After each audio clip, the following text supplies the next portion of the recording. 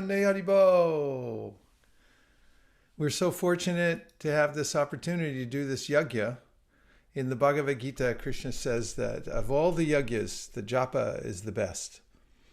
And I also read yesterday that Prabhupada said that through yajna you can attain anything. That's the secret. The secret in life is yajna. And so today we have double yajna. We have the Ekadashi Vrat, and anyone can respect Ekadashi. It's nice before you swing out of bed in the morning on Ekadashi days to make a prayer. Dear Mother Ekadashi, please let me respect you as much as possible throughout the day.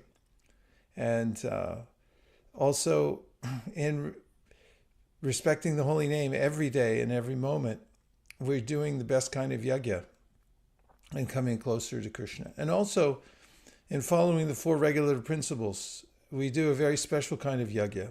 I was on an earlier call this morning, very enlightening. One of the speakers was Rabindra Swarup Prabhu, and he was talking about how the four regulative principles, sometimes we mistake them as moral principles, and that is, determining whether you go to heaven or hell. But he actually said, what they actually are principles of knowledge. Because without following the four regulative principles, you can't perform yajna properly. Your yajna gets impaired. And he said, we see the universe through eyes of science, but we can't see the universe the way it is unless we do yajna properly. And that's one of the gateways. And he also mentioned how we're not alone in this body. Sometimes we think, this is my body, but actually we're sharing it, because super soul's in the body. You can say, it's super soul's body. I'm lucky I'm in here with the super soul. And as he pointed out, consistent with the theme I brought up, these things are revealed when the four regulative principles, English please, are followed. And finally, he was saying how once when Prabhupada was talking about Vaishnavas and descendants of our movement running countries, Rabindra Swarup Prabhu said, well, how it would be possible? He said, if they're chanting 16 rounds following the four regulative principles, then they can manage things without developing a demoniac spirit, that is, that I'm the controller and everyone should be subordinate to me. So this combination we have of yajna, of restraining ourselves from the activities that involve us in, that plunge us into ignorance so that we can't see really what's going on, and simultaneously chanting Hare Krishna. Prabhupada gave us the perfect package, following four regulative principles and chanting 16 rounds. So we should be very joyful every day that we have the opportunity to enact these and again open up the window to the spiritual world. No matter how hard it may be of a struggle, Krishna says in the Bhagavad Gita, Api chet sudaracharo bhajate mamananyabhak sadureva samantavya samyag vyavasito hisaha. That if you're trying for this life of yajna, even if you're falling off to the wayside this way or that way, but you're coming back to it because you understand that that's the right thing to do, then don't worry. You're going to be successful because it's such a powerful yajna that's been passed down to us. So here we are. We have this opportunity, and we're emphasizing the opportunity we have by forming this Japa circle and very intentionally coming in it together and taking some time to focus on chanting the holy names together.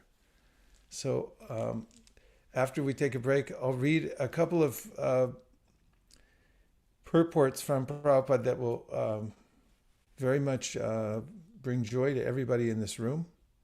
And for now, let's try chanting Hare Krishna, doing this special yajna. And if we can do this by always remembering, during this period, that we're chanting. Become very much aware that we are chanting. And when you notice that you're not aware that you're chanting, then bring your awareness back to the fact that, yes, right now I'm chanting and I don't have anything else to do. nowhere else to go, there's no other duty as important. Does that sound like a deal? Okay, we'll try it. Let's do the Panchatattva Maha Mantra 3 times and then we'll chant Hare Krishna together. Srivas, okay? Okay, we have Srivas Prabhu's blessings. Jaya Shri Krishna Chaitanya Prabhu Nityananda Shri Advaita Gadadhara Srivasari Gaura Bhakta-vrinda. Jaya Shri Krishna Chaitanya Prabhu Nityananda Shri Advaita Gadadhara Srivasari Gaura Bhakta-vrinda. Jaya Shri Krishna Chaitanya Prabhu Nityananda Shri Advaita Gadadhara Srivasari Gaura Bhakta-vrinda Gaur Premanande Haribol. So, how many times did you become aware that you were chanting? And when you did become aware that you were chanting, how did it feel? Shraddha Devi Dasi. Hare Krishna Guru Maharaj, Dandavat Pranam, Shri Prabhupada. Thank you so much, Maharaj, for the wonderful pointers that you gave in the morning today. And especially the one where you said that it's the super soul's body and it's really a privilege that I'm living with him. And so I chanted today with that mood. And of course, he had said that whenever you are moving away, just remember that. So I was in that mood thinking that, he's here. And then why don't I see him if I'm living with him? And then I realized that the house is very crowded because there are other people also living there, which is Kama, Krodha, Lobha, Moha, because of all that I don't see. And so with that mood, I was praying to the Lord that please help me get rid of all these anarthas that are in my heart so that I can really see you and please manifest. And it was really a very good, a very good experience. Of course, the mind wandered. I won't lie about that. And so it was good to remember that you had said that bring it back. And it always felt good because then I would, visualize the picture of the Lord in the heart. So thank you, Maharaj, for that. Thank you so much for sharing, Shraddha Devi Dasi. Hare Krishna. Sudhira Madhava Prabhu. Hare Krishna, Guru Maharaj. Hare Krishna. Humble obeisances. I had very little success, Guru Maharaj, being aware that I'm chanting, but when in the beginning it was fresh in my mind, so there was a good feeling of joy when I was actually aware, and in the middle for quite some time I was not aware, so I realized that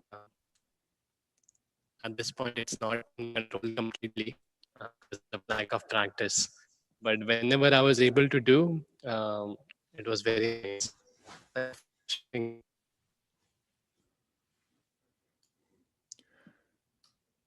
Thank you for coming to us from Mayapur Dham. And as Sudhira Madhava Prabhu said in the beginning, he felt he had very little success. So if you have very little success, you have some success because it's there. Neha bikramanashosti pratyavayo navidyate swalpamapyasya dharmasya traite mahto bhayaḍ. Krishna says in the Bhagavad Gita that even if you have su-alpam, very, very tiny success, that's something big. It's very, very good. And Srila Bhaktisiddhanta says in the Brahma Samhita that if you have mixed devotion, it means that you have some pure devotion, because that's what pure devotion is mixed with something else. So this is the encouragement we get from the Shastra to go on chanting and to try to have that little success, because the little success will turn into bigger and bigger success. Gandharvika Radha. Hare Krishna Prabhu. I just realized that whenever my mind caught to the happenings that are very, that I am deeply involved, then for a minute, I didn't even realize that I was chanting because the mind ran into that. And then coming back to the points that we read, thinking that the holy name is not just a ritualistic activity, but it is the core principle of our spiritual life. And then thinking that relation to the super soul helped me bring back. And then it felt like a lot of difference. It's like you're coming up from a well, deep down in the well to the top. So it really helped me, that reading in the beginning helped me to come back to understand what I'm doing and how great it is. I like your points. Thank you very much. And everything's personal, ultimately. We can quantify things in numbers, we can count and everything, but ultimately it's a personal relationship that we have with Krishna. And that's most important. Let's see, who's next?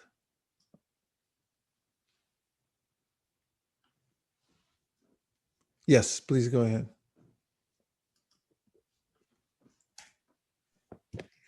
Dandat Pranams, Guru Maharaja. Hare Krishna. You have mentioned without following regulative principles, this chanting doesn't give benefit. So all the time I am thinking about how to focus more on this aspect, because like many times I take it as granted. So I want to focus more on like regulative principles. So that's what going on in my mind when I am chanting today. Thank you so much, Maharaj. Hare Krishna. Yeah. And actually, I didn't say you don't get any benefit. But in order for us to actually get the full benefit, then it's important to do both at the same time. Prabhupada gave the very simple example of trying to light a fire while pouring water on it. And so if we are to light the fire, best to keep the tinder dry. Nice point. Thank you for remembering that. Okay, we have Devavrata. Hare Krishna, Guru Maharaj. Hare Krishna.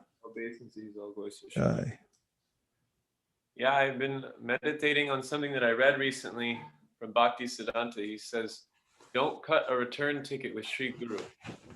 And so whenever my mind has been wandering during Japa recently, I kind of just bring that to my mind, don't cut a return ticket. And it just allows me to be very sober in the process of chanting, that it's not a cheap thing. It's something that should be given full attention to. And so when I remind myself with this anecdote from Bhaktisiddhanta, it really allows my mind to go back and be sober in the process of chanting, that I really don't want to cut a return ticket for the process of Krishna consciousness. Nicely done. Thank you very much. Bhakta Edwin.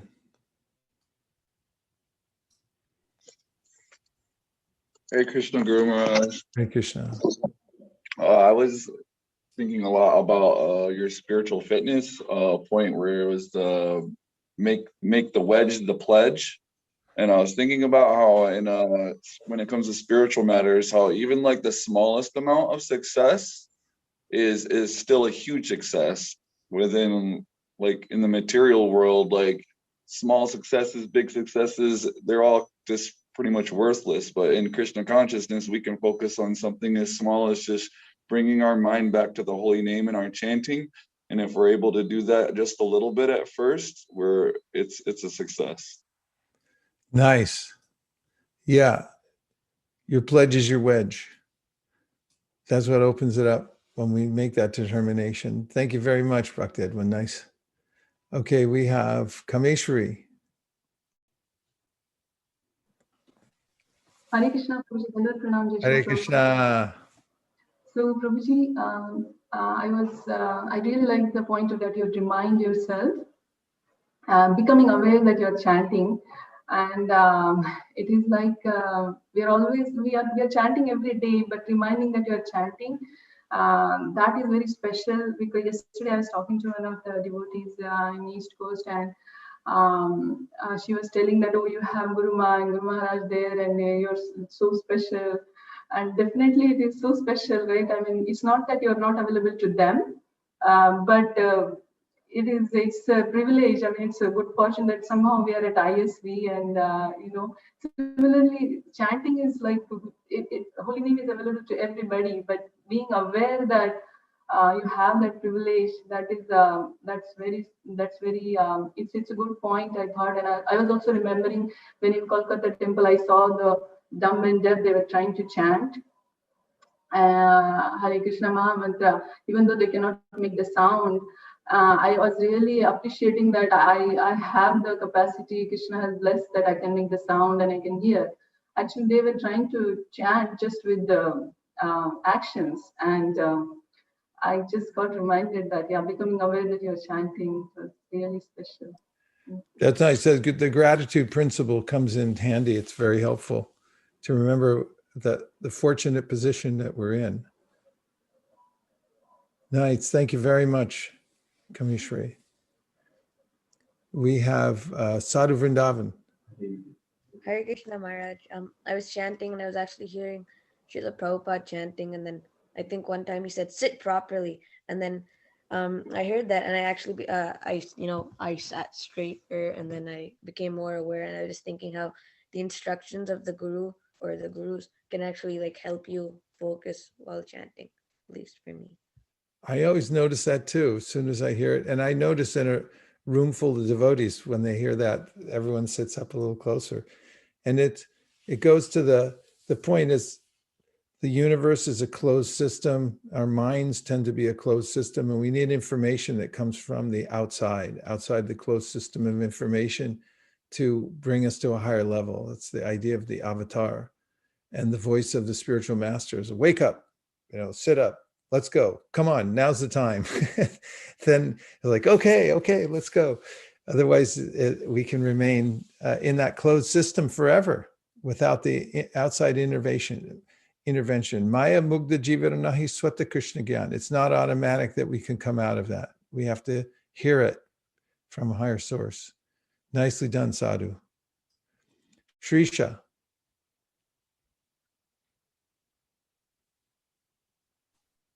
Hare Krishna, Prabhuji. Hare Krishna, Hare Krishna. Today you said that remind yourself that you are chanting if your mind wanders, right, Prabhuji? So it happened for me. Maybe I remind myself at least 20 times in between. Whenever I'm reminding myself that I'm chanting, I'm hearing the mantra. I think that is a little success for me today. Thank you so much for that point. Hare Krishna.